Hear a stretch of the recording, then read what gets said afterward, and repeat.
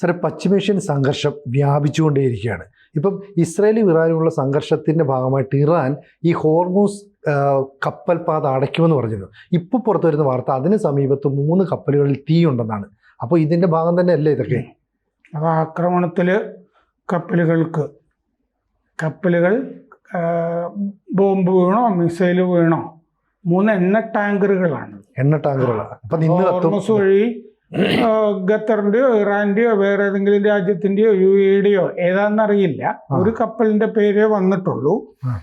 അപ്പോ അവിടെ ഹോർമസ് ഭാഗത്ത് UAEയുടെ ഒക്കെ അടുത്ത് ഗോർഫുഖാന്റെ ഒക്കെ അടുത്ത് പ്രശ്നം വന്നിട്ടുണ്ട്.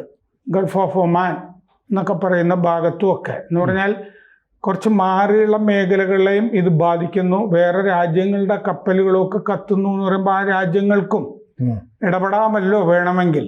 അപ്പൊ ഇത് ആരാണ് ചെയ്തത്, എന്താണ് ചെയ്തത് എന്നുള്ള കാര്യം പുറത്തു വന്നിട്ടില്ല. British maritime security firm company, സുരക്ഷാ കമ്പനി, നാവിക സുരക്ഷാ കമ്പനി, ബ്രിട്ടന്റെ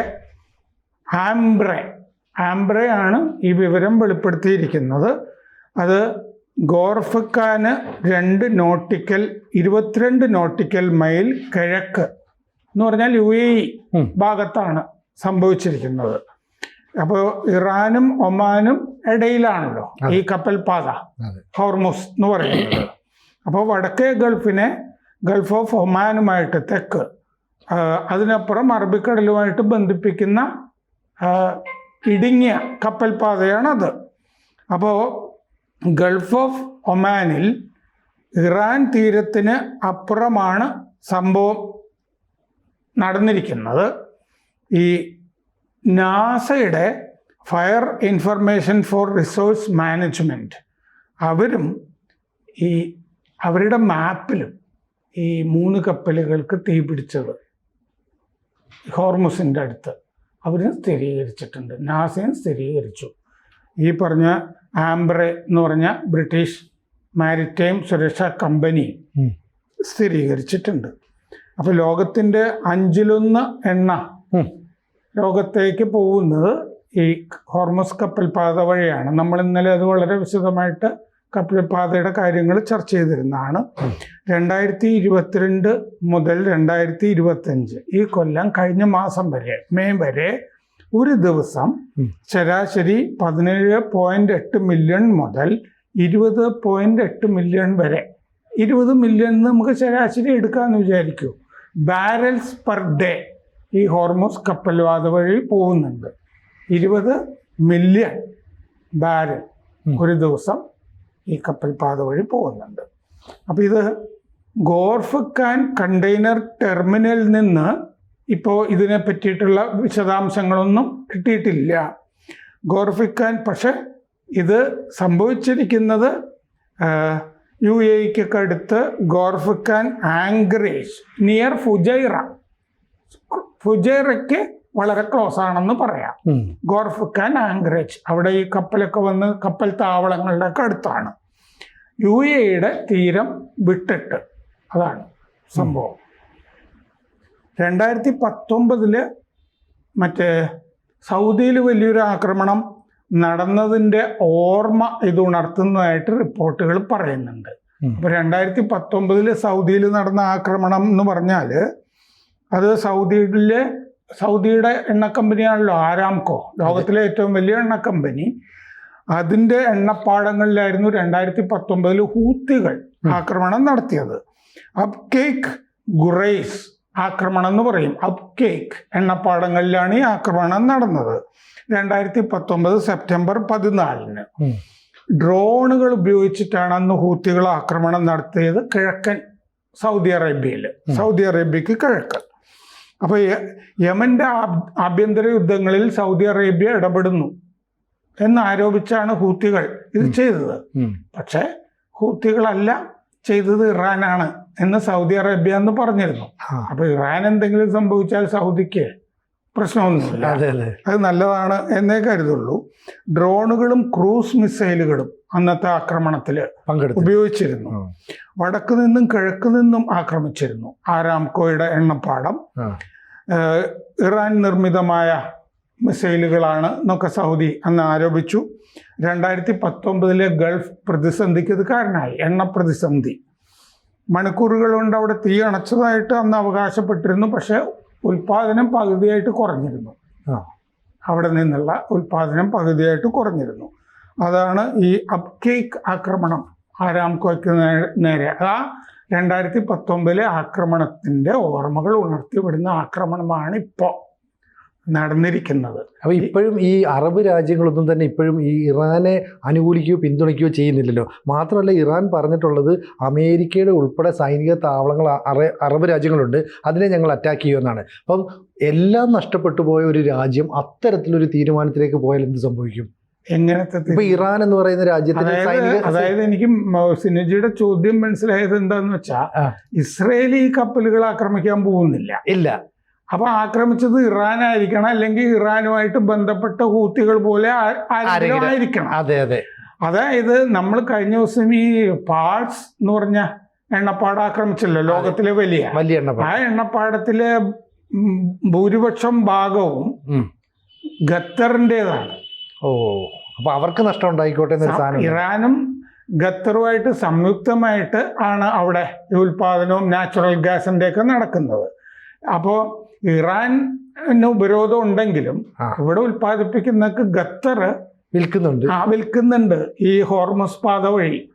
അപ്പോ അവിടെ ആക്രമണം നടന്നു കഴിഞ്ഞാൽ വേണമെങ്കിൽ ഖത്തറിന് ഇടപെടാം ഇസ്രയേലിനെതിരെ എന്ന് പറഞ്ഞ പോലെ ഈ UAE ഒക്കെ ഇറാനെ എതിർത്ത് നിൽക്കുകയാണല്ലോ. ഈ പറഞ്ഞ സ്ഥലങ്ങളൊക്കെ നമ്മള് ഒമാൻ ഇങ്ങനത്തെ സ്ഥലങ്ങളാണല്ലോ ഇതിൽ വരുന്നത്. UAE, ഫുജൈറ, ഗോർഫക്കാൻ എന്നൊക്കെ പറഞ്ഞ UAE ഒക്കെ ഭാഗത്തുള്ളതാണ്. അപ്പൊ അവരെയും കൂടിയൊക്കെ പിടിച്ചിടാൻ വേണ്ടിയിട്ടോ മറ്റോ ഇറാൻ നടത്തിയ ഒരു ആക്രമണമാകാനേ വഴിയുള്ളൂ, അല്ലെങ്കിൽ ഇറാനുമായി ബന്ധപ്പെട്ട ശക്തികൾ. അതാ സാറേ ഞാൻ ചോദിച്ചത്. അതായത് ഇറാൻ നേരത്തെ ഈ പ്രോക്സികളെയൊക്കെ വെക്കുമ്പോൾ ഈ പ്രോക്സി ഹമാസിൻ്റെ ഹിസ്ബുള്ളയുടെ ഒക്കെ നേതാക്കൾ പോയി തഴിയുന്നത് ഖത്തറിലായിരുന്നു. അപ്പോൾ ഖത്തറിൽ അതിനുവേണ്ട സഹായങ്ങളും സൗകര്യങ്ങളും ഒക്കെ കൊടുത്തിരുന്നു. പക്ഷേ അമേരിക്കയെ പേടിച്ചിട്ടായിരിക്കാം പ്രത്യക്ഷമായിട്ട് ഖത്തർ നിലപാടെടുക്കാത്തത്. പക്ഷേ പരോക്ഷമായിട്ട് ഇപ്പോൾ ഹൂത്തികൾ തന്നെ, ഇറാൻ നേരത്തെ പറയും ഹൂത്തികളെ ഉപയോഗിച്ചുകൊണ്ട് ഞങ്ങൾ അമേരിക്കയിലെ ആർമിയുടെ കപ്പലുകളെ അതുപോലെ തന്നെ വാണിജ്യ കപ്പലുകളെ ആക്രമിക്കുമെന്ന് എന്ന് പറയുന്ന എണ്ണപ്പാടത്തിന് നേരെയും അങ്ങനെ ഒരു എന്തെങ്കിലും ഒരു മുന്നേറ്റം നടത്തിയിട്ട് അത് മറ്റേ കക്ഷികളുടെ തലയിലോട്ട് കെട്ടിവെക്കാൻ ശ്രമിച്ചൂടെ? ഇപ്പോൾ ഇസ്രായേലിൻ്റെ തലയിലോട്ട് കെട്ടിവെക്കാൻ? അല്ല, അത് പറ്റില്ല.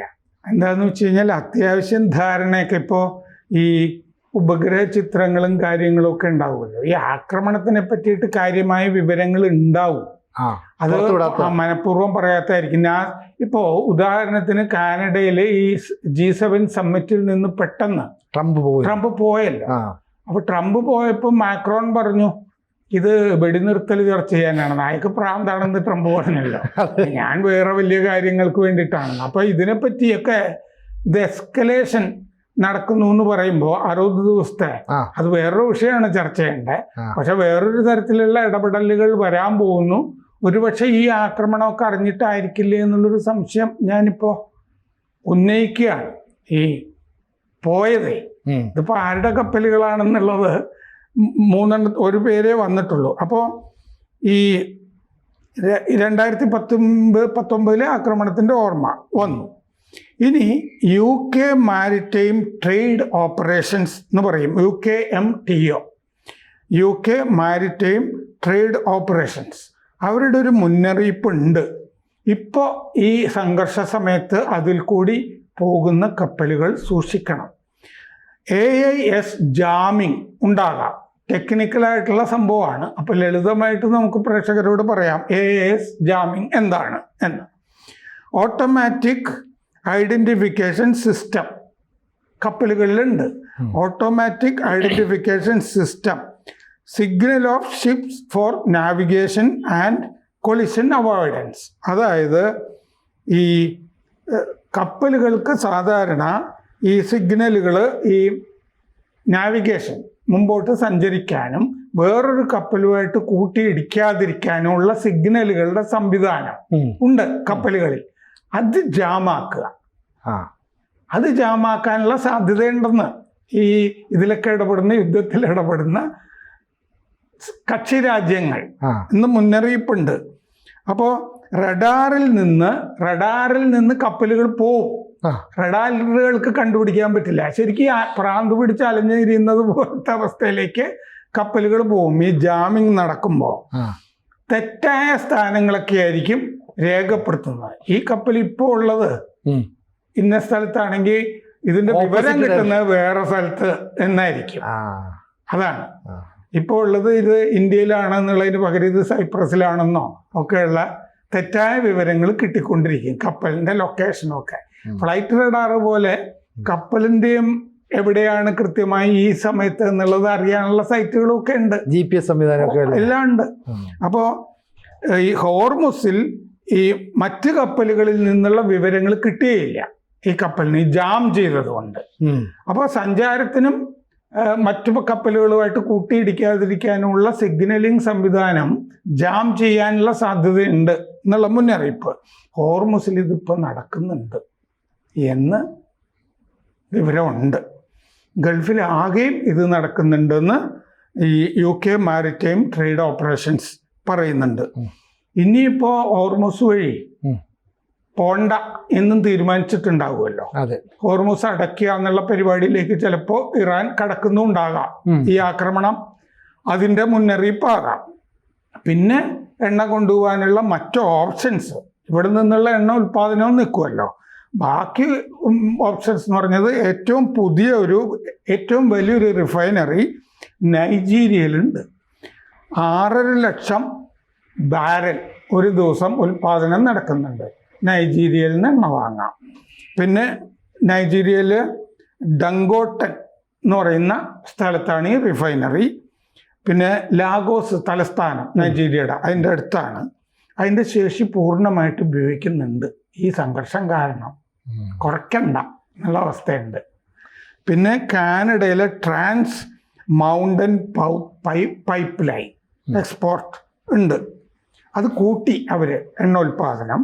പിന്നെ കസാഖ്സ്ഥാൻ ചിലപ്പോൾ പുതിയ പ്ലെയറായിട്ട് രംഗത്ത് വരാം. നോർവേ, അമേരിക്ക, പിന്നെ ഉപരോധങ്ങളിൽ പെട്ട് കിടക്കുകയാണെങ്കിലും റഷ്യ, ചൈനയൊക്കെ മേടിക്കുന്നുണ്ടല്ലോ പലതരത്തിൽ, വേറെ രാജ്യങ്ങൾക്കൊക്കെ കൊടുത്തിട്ട് അങ്ങനെ പോവാം. ഇപ്പോൾ എന്താന്ന് വെച്ചാൽ ഷഹ്റാൻ എന്ന് പറഞ്ഞ എണ്ണ കേന്ദ്രം ആക്രമിച്ചിട്ടുണ്ട് ഇറാനിൽ. അവിടെ 11 സംഭരണികൾക്ക് അപകടം പറ്റിയതായിട്ട് റിപ്പോർട്ടുകളിലുണ്ട്. തെക്ക് ഷഹർ റേ, ഈ സൗത്ത് പാഴ്സ് ഒക്കെ പറഞ്ഞില്ലേ, അതിനും അപകടം പറ്റിയിട്ടുണ്ട്. കേടുപാടുകളൊക്കെ സംഭവിച്ചിട്ടുണ്ട് ആക്രമണത്തിൽ. എണ്ണ കേന്ദ്രങ്ങൾ ആക്രമിക്കാൻ തുടങ്ങിയല്ലോ. തിരിച്ചും എണ്ണ കേന്ദ്രങ്ങൾ ആക്രമിക്കാൻ ഇറാനും ഹൈഫയിലും ഒക്കെ ചെയ്തിട്ടുണ്ട്. അപ്പോൾ ഇതാണിപ്പോൾ 3 എണ്ണ ടാങ്കറുകൾ കത്തിക്കൊണ്ടിരിക്കുന്നു. കൂടുതൽ വാർത്തകളും വിശേഷങ്ങളും നിങ്ങളിലേക്ക് എത്താൻ ABC മലയാളം സബ്സ്ക്രൈബ് ചെയ്യുക, ബെൽ ബട്ടണും അമർത്തുക.